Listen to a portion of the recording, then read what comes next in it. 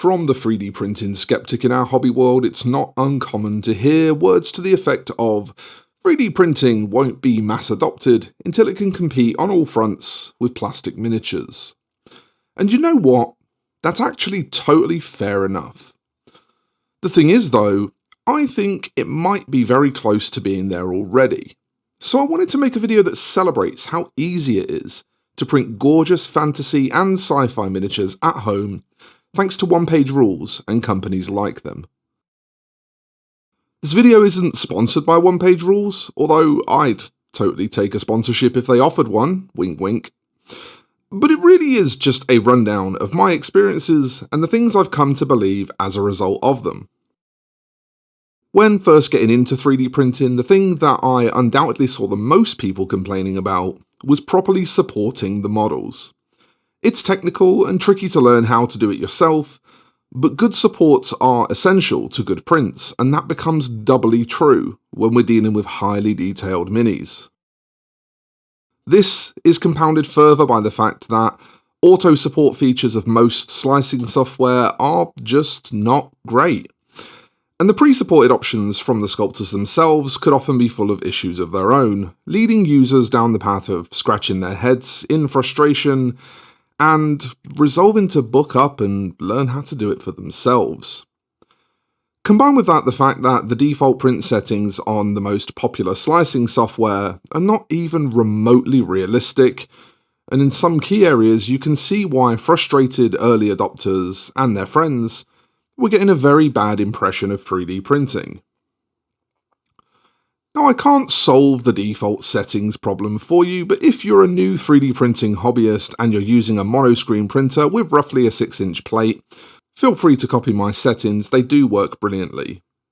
But really, the onus lies with the makers of the software, and this is where I really want to see some improvement. Because when it comes to the minis and the files, companies like One Page Rules are really blazing the trail in making things more accessible than ever before, and for a very attractive price. As a subscriber to their service, browsing and downloading a model from my mini factory takes me no time at all. And once I have it, the pre-supported options are bulletproof, giving me a close to zero rate of failure. No, really. And stunning minis of a quality level that I didn't even realise was achievable on a home 3D printer. Having that confidence to drop in the files, arrange them on the plate and hit slice really is a huge game changer, and I think is the single best thing that One Page Rules have done for 3D printing.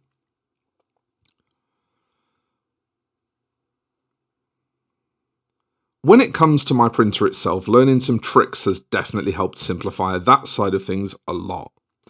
For example, the tank cleaning feature is something I feel everyone should know about, but few people do. Allowing me to make my tank ready for printing a new job without having to disassemble everything is amazing. Don't get me wrong, you still need to empty and clean periodically, but this is another arse-ache reduced by a simple feature, meaning I can just do this less often. Once the tank is cleaned, you can also re-level the print bed straight to the tank itself. In fact, I find this way better than leveling to a piece of paper as you're often instructed by the printer maker. When I started leveling straight to my tank, not only was I getting fewer failures, but I was cutting out another extensive and annoying procedure that involved disassembling the print apparatus. After a tank clean and a re-level, it really is as simple as clicking print, finding my files and pressing the go button, and having this process become so simple has been a godsend.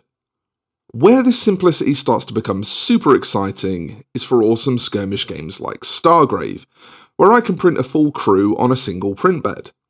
I came into these guys this morning, de-sprued them, threw them in my curing machine for a minute. By the way, I highly recommend you grab a curing machine, it really does make life easier.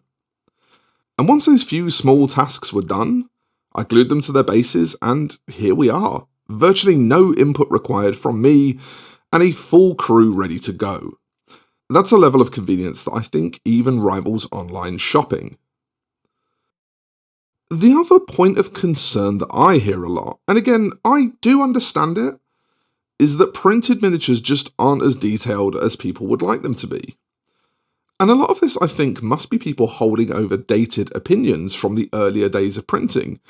Because when I look at things like this lizard I'm working on at the moment, I see a level of detail that feels commensurate, at least, with the best production miniatures out there. Every tooth and scale is rendered sharply and beautifully. So I perhaps find it a little difficult to lend much credence to this idea. That said, if you're still not convinced, allow me to show you a pre-supported one-page rules file, printed using the settings and resin you've seen throughout this video, this Gecko Starseer. With 2 sessions, albeit quite long ones, of painting, this humble 3D printed miniature that cost me pennies to make came out looking something like this.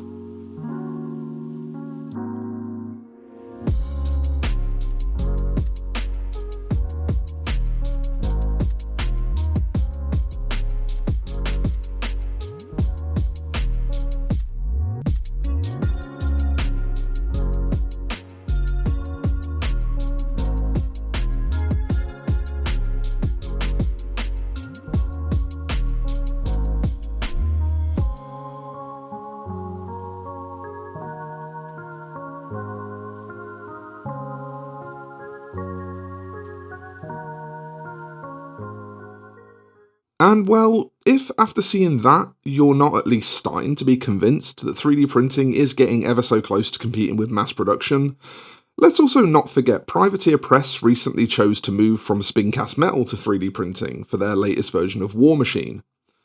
Whilst they've definitely had some teething issues on setting up their production, and they have, the models, when QC'd correctly, they've been gorgeous, and they're only going to get better as that QC gets tighter. So I hope if you're a skeptic, this video has given you some reasons to perhaps reconsider your position. I hope if, like me, you love 3D printing, that you're as excited as I am for the quality and ease of production we're starting to see now. If you enjoyed this video, please do help it be seen by giving it a like, maybe even subscribing to the channel. If you love the content here and wish to support it, I have a Teespring store, a Patreon, lots of other things that you can do to support. All of that is detailed below the video. Until next time, friends, thank you so much for watching. Happy hobbying, and I will see you in the next one. Bye bye for now.